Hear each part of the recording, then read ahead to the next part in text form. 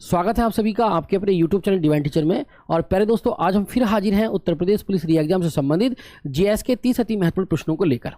दोस्तों, इससे पहले हम आपको 6 प्रैक्टिस सेट पढ़ा चुके हैं और आज का ये हमारा 7वां प्रैक्टिस सेट है, जिसका पहला प्रश्न है जीवन का रासायनिक विकास सिद्धांत किसका है।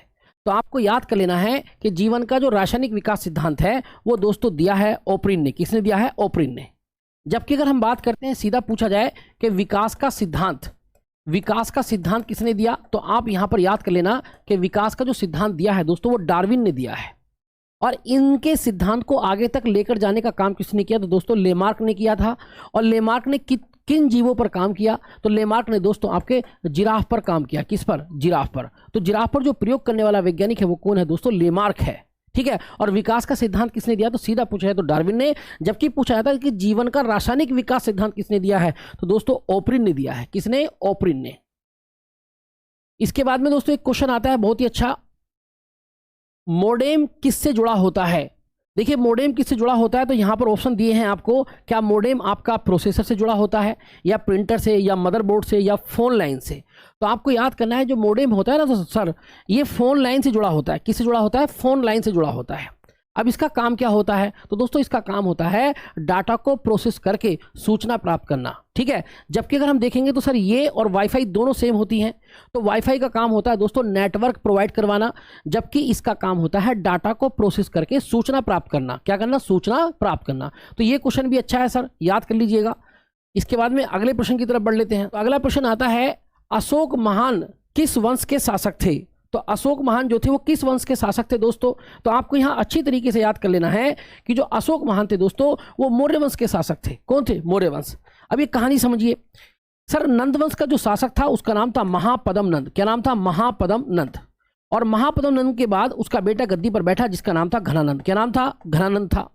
और घनानंद की हत्या करी दोस्तों किसने? चंद्रगुप्त मौर्य ने। और किस वंश की स्थापना कर दी दोस्तों? तो मौर्य वंश की स्थापना कर दी। तो इस तरीके से मौर्य वंश का जो संस्थापक बने वो कौन बने? तो वो आपके चंद्रगुप्त मौर्य बने। तो चंद्रगुप्त जो मौर्य थे वो मौर्य वंश के संस्थापक थे। अब इनके बाद इनका बेटा गद्दी पर बैठा जिसका नाम था बिंदुसार। क्या नाम था दोस्तों? बिंदुसार गद्दी पर बैठा। बिंदुसार के 100 पुत्र हुए, जिसमें सबसे छोटा जो पुत्र था दोस्तों अशोक था। ये कहा जाता है कि सर अशोक ने अपने 99 भाइयों का कत्ल करके गद्दी प्राप्त की थी। और इसके बाद जो गद्दी पर बैठे दोस्तों वो अशोक बैठे। कौन बैठे? अशोक गद्दी पर बैठ गए। अब अशोक के बारे में 2 प्रश्न याद करिएगा कि श्रीनगर को किसने बसाया? तो दोस्तों राजा अशोक ने बसाया। और तीसरी बोध संगति पाटलिपुत्र में किसके काल में हुई? तो दोस्तों राजा अशोक के काल में हुई। ये बात याद करिएगा। उसके बाद में मौर्य वंश का जो सबसे अंतिम 10वां जो राजा हुआ था दोस्तों वो हुआ था बृहदत्त। क्या हुआ था आपका? बृहदत्त हुआ था। तो यहां पर आप देखेंगे मौर्य वंश का संस्थापक है चंद्रगुप्त मौर्य, और मौर्य वंश का जो अंतिम राजा है दोस्तों वो कौन है? बृहदत्त है। और बृहदत्त की हत्या करता है पुष्यमित्र शुंग, और दोस्तों शुंग वंश की क्या कर देता है? स्थापना कर देता है। तो आप याद कर लेना दोस्तों। इसमें एक प्रसिद्ध चीज और है, आप देखेंगे तो यहां पर देखेंगे कुषाण वंश। तो कुषाण वंश का जो संस्थापक होता है वो होता है दोस्तों कुजुल कर्डिफिसेस। और इस वंश का जो सबसे प्रसिद्ध शासक होता है तो दोस्तों वो होता है कनिष्क। कौन होता है? कनिष्क होता है। और कनिष्क के बारे में आता है कि इसके काल में दोस्तों चौथी बोध संगति का आयोजन हुआ था। और कहां पर हुआ था दोस्तों? तो जम्मू कश्मीर कुंडलवन में हुआ था। ठीक है। तो ये बात आप अच्छी तरह से याद करिएगा कि पहली बोध संगति किसके काल में हुई थी दोस्तों? आपके अजातशत्रु के काल में हुई थी, दूसरी कालाशोक के काल में हुई थी, तीसरी आपके अशोक के काल में, और चौथी किसके काल में हुई थी? तो कनिष्क के काल में हुई थी। और यहां पर यह भी याद करना कि मुगल वंश का संस्थापक कौन था? तो याद करेंगे मुगल वंश का जो संस्थापक था दोस्तों वो कौन था? बाबर था। कौन था? बाबर था। इसके बाद में यहां से अगले प्रश्न की तरफ बढ़ लेते हैं दोस्तों। अगला क्वेश्चन है कि मूल भारतीय संविधान में कितने भाग थे? सर ये बहुत अच्छा क्वेश्चन है, इसको ध्यान से समझिएगा सर। देखिए संविधान जो बनकर के तैयार हुआ था दोस्तों वो 26 नवंबर और 1949 को बनकर के तैयार हुआ था। ठीक है। और इसी दिन संविधान अपनाया भी गया था। इसी दिन संविधान पर हस्ताक्षर हुए थे जिसको अंगीकृत कहा गया। और दोस्तों इसीलिए 26 नवंबर को कानून दिवस या संविधान दिवस या विधि दिवस के रूप में मनाया जाता है। ठीक है। तो जिस दिन संविधान बनकर के तैयार हुआ था तो उस दिन इसके अंदर टोटल जो अनुच्छेद थे दोस्तों वो 395 अनुच्छेद थे। कितने? 395। और दोस्तों कितने भाग थे? तो संविधान के अंदर जो टोटल भाग थे उस टाइम पर वो कितने थे दोस्तों? 22 थे। कितने? 22। और बात करते हैं दोस्तों अनुसूचियां। तो अनुसूची कितनी थी सर इसके अंदर? तो टोटल जो अनुसूची की संख्या थी वो दोस्तों कितनी थी? 8 थी। कितनी थी? 8। अब बात करते हैं वर्तमान में कितने हैं। तो वर्तमान में दोस्तों लगभग 465 अनुच्छेद हैं। वर्तमान में दोस्तों आपके 25 भाग हैं और दोस्तों आपके 12 अनुसूचियां हैं। कितनी? 12 अनुसूचियां हैं। तो ये पूछा है कि जब संविधान बनकर के तैयार हुआ था तो उस टाइम पर इसमें कितने भाग थे, तो आप याद करेंगे दोस्तों 22 भाग थे। और अगर पूछा है वर्तमान में कितने, तो दोस्तों 25 भाग हैं। जिसमें अगर आप यहां पर देखेंगे तो पहले में कहा गया है कि पहले भाग में भारत उसके राज्यों का जिक्र है, दूसरे में दोस्तों नागरिकता का जिक्र है, और तीसरे में दोस्तों मौलिक अधिकार का, चौथे में राज्यों के नीति निष्ठ तत्व, और 4 क्या में मौलिक कर्तव्य है, 5 में दोस्तों केंद्र है, 6 में दोस्तों आपका राज्य है, फिर 9 में जाएंगे सीधे तो 9 में क्या है दोस्तों आपका पंचायती राज व्यवस्था। उसके बाद में दोस्तों सीधा 15 में जाएंगे तो 15 में निर्वाचन आयोग जिसको इलेक्शन कमीशन कहते हैं, 17 में दोस्तों राजभाषा, और दोस्तों 18 में आपातकाल, और दोस्तों 20 में है संविधान संशोधन करने की प्रक्रिया जो अनुच्छेद 368 में दी गई है। ठीक है दोस्तों, तो ये लिस्ट आप अच्छी तरह से याद कर लीजिएगा। ठीक है, इसके बाद में यहां से अगले प्रश्न की तरफ बढ़ लेते हैं दोस्तों। अगला प्रश्न क्या है? अगला प्रश्न में कहा गया है कि वन अनुसंधान संस्थान कहां पर स्थित है। तो दोस्तों याद करेंगे भारतीय वन अनुसंधान जो संस्थान है वो देहरादून में स्थित है। कहां पर? देहरादून। और इसकी स्थापना कब की गई थी दोस्तों? तो 1906 में इसकी स्थापना की गई थी। ठीक है, ये बहुत ही इंपॉर्टेंट क्वेश्चन है सर। इसके बाद में हम अगले प्रश्न की तरफ बढ़ लेते हैं। अगला प्रश्न है दोस्तों, लक्षद्वीप के लोग निम्नलिखित में से कौन सी भाषा बोलते हैं? तो सर ये बहुत अच्छा क्वेश्चन है। लक्षद्वीप, तो अगर हम देखेंगे तो दोस्तों ये वाला जो है हमारे पास ये अरब सागर है, और ये वाला जो है दोस्तों ये क्या है हमारे पास, ये बंगाल की खाड़ी है, और ये आपका दोस्तों क्या है, तो ये आपका हिंद महासागर है। ठीक है, क्या है दोस्तों? हिंद महासागर। तो अगर हम देखें तो दोस्तों ये केरल है, और केरल में जो भाषा बोली जाती है दोस्तों मलयालम बोली जाती है, और केरल के पास समुद्री से दूर थोड़ा सा यहाँ पर है दोस्तों ये लक्षद्वीप। क्या है दोस्तों ये? तो ये लक्षद्वीप है। ठीक है, तो लक्षद्वीप में भी कौन सी भाषा बोली जाती है? तो आप याद रखेंगे ये भी मलयालम बोली जाती है। कौन सी? मलयालम बोली जाती है। तो लक्षद्वीप की जो भाषा दोस्तों वो क्या है? मलयालम है। अब यहाँ पर हम आपको थोड़ा सा लक्षद्वीप के बारे में बताना चाहते हैं। दोस्तों लक्षद्वीप के बारे में आता है कि लक्षद्वीप भारत का सबसे छोटा केंद्र शासित प्रदेश है। केंद्र शासित प्रदेश है। अगर आपसे पूछा जाए जनसंख्या तथा क्षेत्रफल की दृष्टि से भारत का सबसे छोटा केंद्र शासित प्रदेश बताइए, तो दोस्तों वो है आपका लक्षद्वीप। लक्षद्वीप की कैपिटल यानी कि राजधानी क्या है? तो आप याद करेंगे वो है कावारत्ती। क्या है? कावारत्ती है। और इसका क्षेत्रफल कितना है? तो इसका जो टोटल जो क्षेत्रफल है दोस्तों वो है 32 किलोमीटर स्क्वायर, यानी 32 किलोमीटर स्क्वायर इसका क्षेत्रफल है। इसमें कुल मिलाकर के कितने द्वीप हैं? तो दोस्तों याद करेंगे ये कुल 36 द्वीपों से मिलकर बना है। कितने द्वीपों से मिलकर बना है दोस्तों? 36 द्वीपों से मिलकर बना है। और यहाँ के जो लोग हैं वो मलयालम भाषा बोलते हैं। जबकि हम यहाँ पर बात करें तो यहाँ पर एक बात और छाप लीजिएगा कि जो तमिल भाषा है दोस्तों ये दक्षिण भारत की सबसे प्राचीन भाषा है। दक्षिण भारत की सबसे प्राचीन भाषा। तो ये क्वेश्चन कई बार पूछा गया है कि दक्षिण भारत की सबसे प्राचीन भाषा बताइए, तो वो क्या है? तमिल है। तमिल तमिलनाडु में बोली जाती है। कन्नड़ की बात करते हैं दोस्तों आपके ये कर्नाटक में बोली जाती है, और तेलुगु दोस्तों आपके आंध्र प्रदेश में बोली जाती है। अब यहाँ पर आप देखेंगे तो आपको एक बात और याद करनी पड़ेगी कि ऐसा कौन सा राज्य है जिसकी राज्य की भाषा अंग्रेजी है। तो भारत का एक राज्य है दोस्तों नागालैंड, और नागालैंड की राज्य की भाषा क्या है? अंग्रेजी है। जबकि यूपी की बात करते हैं तो यूपी की राज्य की भाषा हिंदी है, और दूसरी राज्य की भाषा क्या है? तो दोस्तों वो आपकी उर्दू है। क्या है? उर्दू। इसके बाद में यहां से अगले प्रश्न की तरफ बढ़ लेते दोस्तों। अगला प्रश्न क्या है? अगले प्रश्न में कहा गया है संविधान के किस भाग में पंचायती राज व्यवस्था संबंधी प्रावधान किए गए हैं?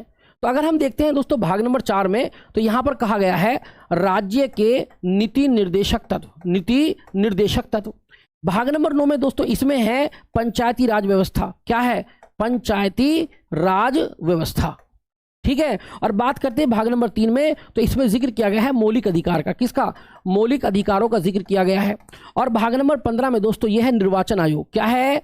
निर्वाचन आयोग, यानी कि इलेक्शन कमीशन। Election commission. तो उसने पूछा है कि पंचायती राज व्यवस्था का जो उल्लेख है वो संविधान के किस भाग में? तो दोस्तों याद रखेंगे भाग नंबर 9 में है। अब यहां पर यह क्वेश्चन पूछा जाता है कि पंचायती राज दिवस कब मनाया जाता है? तो दोस्तों 24 अप्रैल को मनाया जाता है। तो प्रतिवर्ष 24 अप्रैल को पंचायती राज दिवस के रूप में मनाया जाता है। अब क्यों मनाया जाता है? क्योंकि दोस्तों 24 अप्रैल और 1993 को ये जो पंचायती राज व्यवस्था है इसको पूरे देश में लागू किया गया। अब यहां पर यह क्वेश्चन आता है कि पंचायती राज व्यवस्था को स्वीकार करने वाला या लागू करने वाला भारत का पहला राज्य है, तो आप याद करेंगे वो है राजस्थान। क्या है दोस्तों? राजस्थान। और कब लागू किया था दोस्तों? तो याद करना 2 अक्टूबर और आपका 1959। और याद करना कौन से जिले में लागू किया था? तो जिले का नाम है नागौर। तो यहां पर 2 क्वेश्चन पूछे जाते हैं कि राजस्थान के नागौर जिले में सबसे पहले पंचायती राज व्यवस्था को शुरू किया गया 2 अक्टूबर 1959 को, और पूरे देश में संविधान का दर्जा देकर के इसको लागू कब किया गया? तो दोस्तों 24 अप्रैल 1993 में। और यहां पर आता है कि इसके लिए संविधान में कौन सा संशोधन हुआ? तो इसके लिए याद रखेंगे 73वां संविधान संशोधन हुआ था दोस्तों आपका 1992 में। ठीक है। इस संशोधन के तहत पंचायती राज व्यवस्था को संवैधानिक दर्जा प्राप्त हुआ था।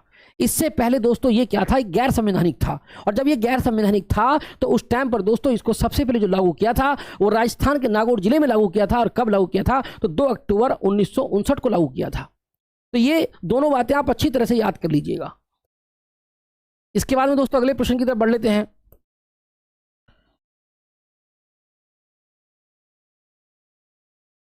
देखिए अगला प्रश्न है हमारे पास में, बहुत इंपॉर्टेंट प्रश्न है कि पैसो या पीसो किस देश की मुद्रा है। तो दोस्तों यहां पर आप उत्तर याद करेंगे, अर्जेंटीना की जो मुद्रा है उसका नाम है पेसो, यानी अर्जेंटीना में पैसो मुद्रा होती है। ठीक है। अब अगर हम देखें दक्षिण कोरिया में कौन सी मुद्रा होती, तो याद रखना दक्षिण कोरियाई वोन होती है।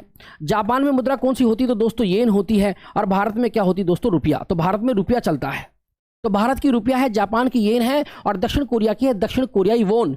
और अर्जेंटीना की मुद्रा का नाम है दोस्तों पीसो या पैसो। अब यहां पर आएगा सर ऐसे देश बताइए जहां पर केवल पैसो मुद्रा ही चलती है। तो सर उसके लिए बहुत जबरदस्त ट्रिक हमने आपको बना के दी है कि अर्जेंट में चिल्ली कॉफी क्यों उधार की। तो दोस्तों अगर ये आपको ट्रिक पसंद आए ना तो वीडियो को लाइक करके जाना। इसमें क्या क्या है सर, इसको ध्यान से समझना।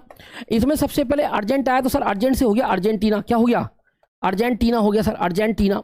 यहां पर सर में से आ गया मैक्सिको, क्या है आपका मैक्सिको। और मैक्सिको की राजधानी क्या है दोस्तों, तो आपका मैक्सिको सिटी है। चिल्ली की होगी तो सर ये चिल्ली से हो गया चिली देश, और चिली की राजधानी है दोस्तों आपका सैंटियागो। एक है दोस्तों का, यानी को से हो जाएगा कोलंबिया, क्या हो जाएगा दोस्तों, कोलंबिया हो जाएगा। और फी से हो जाएगा दोस्तों आपका फिलीपींस, क्या हो जाएगा, ये फिलीपींस हो जाएगा। तो याद रखना फी से हो जाएगा फिलीपींस। उसके बाद में क्यों से आ जाएगा दोस्तों आपका क्यूबा, क्या आ जाएगा, क्यूबा। और क्यूबा की राजधानी क्या है दोस्तों, हवाना है। उसके बाद में ऊ से उरुग्वे, क्या है दोस्तों, उरुग्वे। तो उरुग्वे की राजधानी है दोस्तों मोंटेवीडियो। तो आप याद करेंगे अर्जेंट से अर्जेंटीना, में से मैक्सिको, चिल्ली से आपका चिली, का से कोलंबिया, फी से फिलीपींस, क्यों से क्यूबा, और उधर से क्या हो जाएगा दोस्तों आपका उरुग्वे। तो ये वो देश है जहां की मुद्रा क्या है दोस्तों आपकी पीसो या पैसो है। ठीक है, तो याद कर लीजिएगा दोस्तों अगला क्वेश्चन है, लखनऊ में 1857 के स्वतंत्रता संग्राम का नेतृत्व किसने किया था। तो आप याद करेंगे लखनऊ से जो नेतृत्व संभाला था वो बेगम हजरत महल ने संभाला था। और बेगम हजरत महल का वास्तविक नाम पूछा जाता है तो इनका नाम था महक परी। क्या नाम था दोस्तों, महक परी। जबकि कानपुर से किसने संभाला था, तो याद रखना कानपुर से संभाला था आपके नाना साहब ने, और नाना साहब के सेनापति तात्या टोपे ने। अब यहां पर आपको याद कर लेना है कि नाना साहब का वास्तविक नाम क्या था। तो ये कई बार पूछा जाता है, ये धोंदू पंत। तो धोंदू पंत नाना साहब का वास्तविक नाम था। अब इस बात को हम थोड़ा सा डिटेल से समझ लेते हैं कि 1857 की क्रांति क्या थी। तो कुछ लोग इसे 1857 का विद्रोह कहते हैं, कुछ लोग इसे 1857 की क्रांति कहते हैं, कुछ लोग स्वतंत्र भारत का प्रथम संग्राम कहते हैं। तो एक बहुत बड़े लेखक हुए हैं वीडी सावरकर, उन्होंने इसे 1857 की लड़ाई को क्या कहा था, भारत का प्रथम स्वतंत्रता संग्राम कहा था। तो उसके तहत अगर देखें तो 1857 की जो क्रांति शुरू हुई थी दोस्तों मेरठ से स्टार्ट हुई थी। कहाँ से, मेरठ से। जब मेरठ से स्टार्ट हुई थी तो दिल्ली से मोर्चा किसे संभाला था, तो याद कर लेना कि दिल्ली से जो मोर्चा संभाला था वो बहादुर शाह जफर, याद रखना, द्वितीय। और इनके बारे में क्वेश्चन पूछा जाता है कि अंतिम मुगल बादशाह बताइए, तो वो कौन थे, बहादुर शाह जफर द्वितीय थे। और इनकी पत्नी का नाम क्या था दोस्तों, वो तो जीनत था, क्या था, जीनत। उसके बाद में अगर हम देखेंगे तो लखनऊ से किसने संभाला, तो दोस्तों बेगम हजरत महल ने संभाला था। झांसी से किसने संभाला, तो रानी लक्ष्मीबाई ने संभाला था। उसके बाद में अगर हम बात करते हैं दोस्तों कहाँ से, कानपुर से, तो नाना साहब ने संभाला था। तो इस तरीके से अलग अलग केंद्रों से अलग अलग लोगों ने क्या संभाला, मोर्चा संभाला था। समझ रहे हैं मेरी बात। तो इस बात को आप अच्छी तरह से याद करेंगे। ठीक, अब इसमें एक क्वेश्चन और पूछा जाता है कि 1857 की क्रांति में ऐसे कौन कौन थे जो अंग्रेजों के हाथ नहीं आए थे। तो वो थे नाना साहब, और वो कौन थी, बेगम हजरत महल। ये कहा जाता है कि ये नेपाल भाग गए थे। कहाँ भाग गए थे, नेपाल। ठीक है, इतनी जानकारी। इसके बाद में हम अगले प्रश्न की तरफ बढ़ लेते हैं। अगले प्रश्न में अगर हम देखेंगे तो सर अगले प्रश्न में बोला गया है कि निम्नलिखित स्थानों में से कहां पर भागीरथी एवं अलकनंदा नदियां मिलती हैं। तो दोस्तों इसका उत्तर होगा आपका देवप्रयाग। क्या होगा, देवप्रयाग। तो देवप्रयाग वो जगह है जहां पर आपकी अलकनंदा प्लस कौन मिलती है, भागीरथी मिलती है। ठीक है, अब भागीरथी और अलकनंदा कहां पर मिलती है दोस्तों, देवप्रयाग में। जब देवप्रयाग में दोनों मिल जाती हैं तो इसकी संयुक्त धारा को नाम दिया जाता है गंगा जी। क्या दिया जाता है, गंगा जी कहा जाता है। तो ये क्वेश्चन आता है कि गंगा जी किन किन नदियों का नाम है। तो दोस्तों अलकनंदा और भागीरथी, इन दोनों की जो संयुक्त धारा है उसे कहा जाता है गंगा जी। और इन दोनों का मिलन कहां पर होता है दोस्तों, देवप्रयाग में होता है। अब जब गंगा निकलती है तो किस नाम से निकलती है दोस्तों, भागीरथी के नाम से निकलती है। जैसी वो देवप्रयाग में जाकर के अलकनंदा से मिलती है तो उसका नाम क्या पड़ जाता है, गंगा जी पड़ जाता है। अब भारत की बात करते हैं तो भारत में दोस्तों 5 क्या हैं, प्रयाग हैं, जैसे देव प्रयाग, नंदी प्रयाग, कर्ण प्रयाग, रुद्र प्रयाग, विष्णु प्रयाग। तो इन 5 प्रयागों को डिटेल से समझते हैं सर, ठीक है। इन 5 प्रयागों को हम डिटेल से समझेंगे, ध्यान से देखना। यहां पर हमारे पास में जो चित्र दिया है, इस चित्र से हम एक एक चीज को अच्छी तरह से डिटेल से समझते हैं सर। देखिए यहां पर देखेंगे तो ये जो आप देख रहे हैं दोस्तों, ये जो ब्लू कलर देख रहे हैं, ये वाला ये जो कलर है, ये आपकी नदी है दोस्तों, आपकी क्या, अलकनंदा। कौन सी नदी है सर? अलकनंदा, ठीक है। अब अलकनंदा नदी है तो जो बद्रीनाथ है वो अलकनंदा नदी पर स्थित है, याद रखना।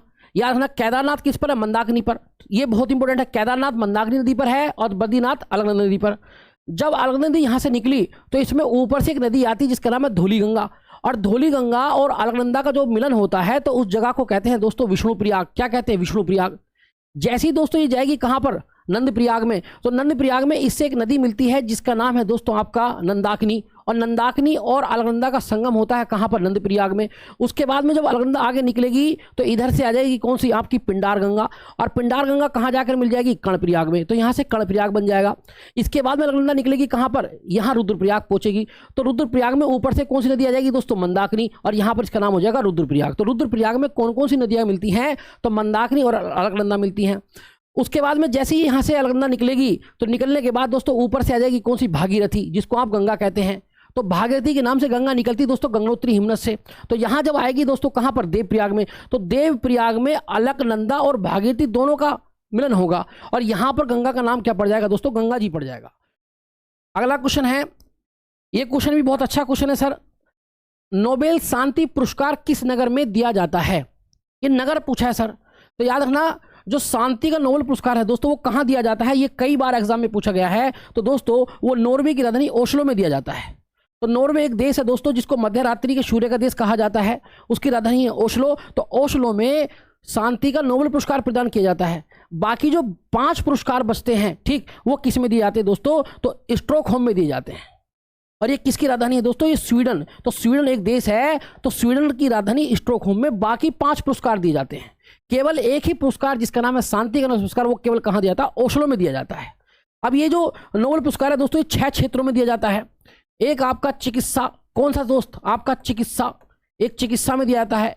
एक आपका दिया जाता है आपका भौतिक में, फिजिक्स जिसको कहते हैं भौतिक में। एक आपका रसायन में दिया जाता है, रसायन में, ठीक। एक दिया जाता है दोस्तों आपका किस में? शांति में।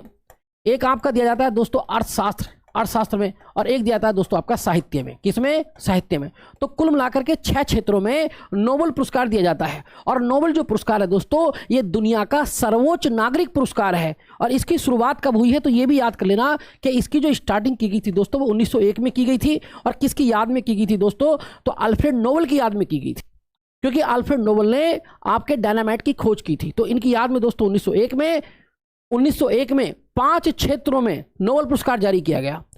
उसके बाद में दोस्तों 1968 में अर्थशास्त्र को जोड़ दिया गया। तो अर्थशास्त्र को बाद में जोड़ा गया सर, उससे पहले 5 क्षेत्रों में दिया जाता था। तो इन 6 के 6 क्षेत्रों में से एकमात्र ऐसा क्षेत्र है शांति का क्षेत्र जिसका पुरस्कार मिलता है नॉर्वे की राजधानी ओस्लो में। और बाकी सारे जो पुरस्कार मिलते हैं वो स्वीडन की राजधानी कहाँ मिलते हैं? स्टॉकहोम में मिलते हैं, ठीक है। कहाँ मिलते हैं? स्टॉकहोम में मिलते हैं। और ये जो नोबेल पुरस्कार है एक बार में 3 लोगों को दिया जा सकता है। दूसरी बात, भारत में सबसे पहले नोबेल पुरस्कार विजेता कौन है? तो दोस्तों याद करेंगे 1913 गीतांजलि पुस्तक के लिए साहित्य क्षेत्र में किसको मिला है दोस्तों? तो वो मिला है आपका रविन्द्रनाथ टैगोर को। और रविन्द्रनाथ टैगोर भारत तथा एशिया के पहले व्यक्ति हैं जिन्हें नोबेल पुरस्कार प्राप्त हुआ था। और किस क्षेत्र में दोस्तों? तो याद करेंगे साहित्य के क्षेत्र में। अगला क्वेश्चन है, भारत का सर्वाधिक आबादी वाला द्वीप बताइए। तो सर ये बहुत अच्छा क्वेश्चन है सर, ये बहुत बार पूछा गया, इसको ध्यान से देखें। तो सबसे पहले आप समझेंगे कि सर द्वीप किसे कहते हैं। तो सर मिट्टी का वो टीला जो चारों तरफ से पानी से घिरा होता है उसे द्वीप कहते हैं, ठीक है। अब भारत का सर्वाधिक आबादी वाला द्वीप कौन सा है? तो दोस्तों ये है सोलसैट द्वीप। अब आप सोच रहे होंगे सर ये क्या है? तो सर ये वो द्वीप है जिस पर मुंबई बसा हुआ है। क्या बसा हुआ है? मुंबई। तो सर्वाधिक आबादी वाला शहर बताइए भारत का, तो सर वो मुंबई है। और वो किस द्वीप पर है? सोलसैट द्वीप पर है। जबकि बात करते हैं विश्व की सबसे ज्यादा आबादी वाला शहर, तो विश्व का सबसे ज्यादा आबादी वाला जो शहर है वो है दोस्तों टोक्यो, जापान की राजधानी टोक्यो। ये विश्व का सबसे ज्यादा आबादी वाला शहर है। अब बात करते हैं दोस्तों द्वीप की, तो एक द्वीप आता है दोस्तों माजुली द्वीप। इसके बारे में आप याद कर लेना। तो माजुली द्वीप की बात यह है कि ये सबसे बड़ा नदी द्वीप है। सबसे बड़ा क्या है? नदी द्वीप। और किस नदी पर है दोस्तों? तो ये आपका ब्रह्मपुत्र नदी पर है। और ब्रह्मपुत्र नदी कहां पर दोस्तों? असम में है। कहां पर? असम में। तो असम में ब्रह्मपुत्र नदी पर माजुली द्वीप स्थित है, जो दुनिया में सबसे बड़ा नदी द्वीप है दोस्तों। और बात करते हैं दुनिया का सबसे बड़ा द्वीप बताइए, तो दुनिया का जो सबसे बड़ा द्वीप होगा दोस्तों वो होगा ग्रीनलैंड। क्या होगा? ग्रीनलैंड होगा। तो ये बात आप अच्छी तरह याद करेंगे। और भारत का सबसे छोटा द्वीप समूह बताइए, तो वो क्या है? आपका लक्षद्वीप। क्या है दोस्तों? लक्षद्वीप। मात्र 36 द्वीपों से मिलकर बना है सर, द्वीप समूह बोलेंगे तो। अगले क्वेश्चन की तरफ बढ़ते हैं दोस्तों। अगला क्वेश्चन है सदीर शास्त्रीय नृत्य शैली का प्राचीन नाम बताइए। तो देखिए यहां पर ये पूछा गया है कि एक शास्त्रीय नृत्य हुआ करता था, उसका प्राचीन नाम है सदीर। तो किसका प्राचीन नाम सदीर था? तो आप यहां पर याद करेंगे, जो भारतनाट्यम आप देख रहे हैं तमिलनाडु, ये तमिलनाडु का भारतनाट्यम शास्त्रीय नृत्य है, जिसका प्राचीन नाम था दोस्तों सदीर। क्या है? सदीर। और याद करना, भारत का सबसे प्राचीन, अगर आपसे पूछा जाए कि सबसे प्राचीन शास्त्रीय नृत्य बताइए, तो आपको याद करना है भारतनाट्यम। क्या है? भारतनाट्यम। कुल मिलाकर के वर्तमान में कितने शास्त्रीय नृत्य हैं? तो कुल मिलाकर के दोस्तों वर्तमान में 8 शास्त्रीय नृत्य हैं। एक नए शास्त्रीय नृत्य की ओर चर्चा चल रही है, जिसका नाम है छऊ। कहाँ का है वो सर? आपका पश्चिम बंगाल का। तो उसे भी शामिल करने की बात चल रही है। तो याद करना, वर्तमान में 8 हैं, जिसमें सबसे प्राचीन आपका भारतनाट्यम तमिलनाडु का है, मोहिनी अट्टम और आपका कथकली दोनों केरल के हैं। और कथक कहाँ का है दोस्तों? आपके यूपी का। कथक कहाँ का है? यूपी का। और कथकली केरल का, मोहिनी अट्टम भी दोस्तों केरल का, तमिलनाडु का है दोस्तों आपका भारतनाट्यम। इसके बाद में एक याद करेंगे सत्रिया। तो सत्रिया कहाँ का है दोस्तों? आपके असम का है। ओडिसी आपके उड़ीसा का है। मणिपुरी आपके कहाँ का है? तो मणिपुर का है। तो ये अच्छी तरह से आप याद कर लेंगे। इसके बाद में देखेंगे माउंट एवरेस्ट को 2 बार फतेह करने वाली पहली भारतीय महिला कौन है? तो सर ये बहुत अच्छा क्वेश्चन है। तो माउंट एवरेस्ट को 2 बार फतेह करने वाली जो सबसे पहली महिला है वो है दोस्तों संतोष यादव। कौन है? संतोष यादव है। संतोष यादव ने सबसे पहले 2 बार फतेह किया था, एक बार में, वो थी संतोष यादव। और बात करते हैं सबसे पहली महिला जो माउंट एवरेस्ट पर चढ़ी भारतीय, तो सबसे पहली जो भारतीय महिला थी जो माउंट एवरेस्ट पर चढ़ी वो बछेंद्री पाल थी। और कब चढ़ी थी दोस्तों? 1984 में चढ़ी थी। और यहीं पर याद करना, एक महिला है आपकी जुनको तबेकी। जुनको तबेकी, तो जुनको तबेकी ये दुनिया की पहली महिला थी जो 1975 में माउंट एवरेस्ट पर चढ़ी। तो दुनिया में सबसे पहले माउंट एवरेस्ट पर चढ़ने वाली जो महिला है वो है जुनको तबेकी 1975 में। और भारत की सबसे पहली महिला जो माउंट एवरेस्ट पर चढ़ी वो है बछेंद्री पाल, 1984 में चढ़ी है सर। उसके बाद अगर हम देखेंगे तो अरुणिमा सिन्हा, ये सर दुनिया की सबसे पहली विकलांग महिला है जो माउंट एवरेस्ट पर चढ़ी है। तो दुनिया की सबसे पहली विकलांग महिला बताइए जो माउंट एवरेस्ट पर चढ़ी, तो वो है दोस्तों अरुणिमा सिन्हा। ये आजमगढ़ उत्तर प्रदेश की है। और रेल दुर्घटना में इसके दोनों पैर कट गए थे। इसके बाद में अगर हम देखेंगे कि सर दुनिया का सबसे कम उम्र का जो माउंट एवरेस्ट पे चढ़ा, तो वो कौन था? तो था आपका जॉर्डन मुनरो। कौन था? Jordan Munro. और दुनिया की सबसे कम उम्र की महिला वो भारत की है दोस्तों, वो है मलावत पूर्णा, जो मात्र 13 साल की माउंट एवरेस्ट पे चढ़ी थी।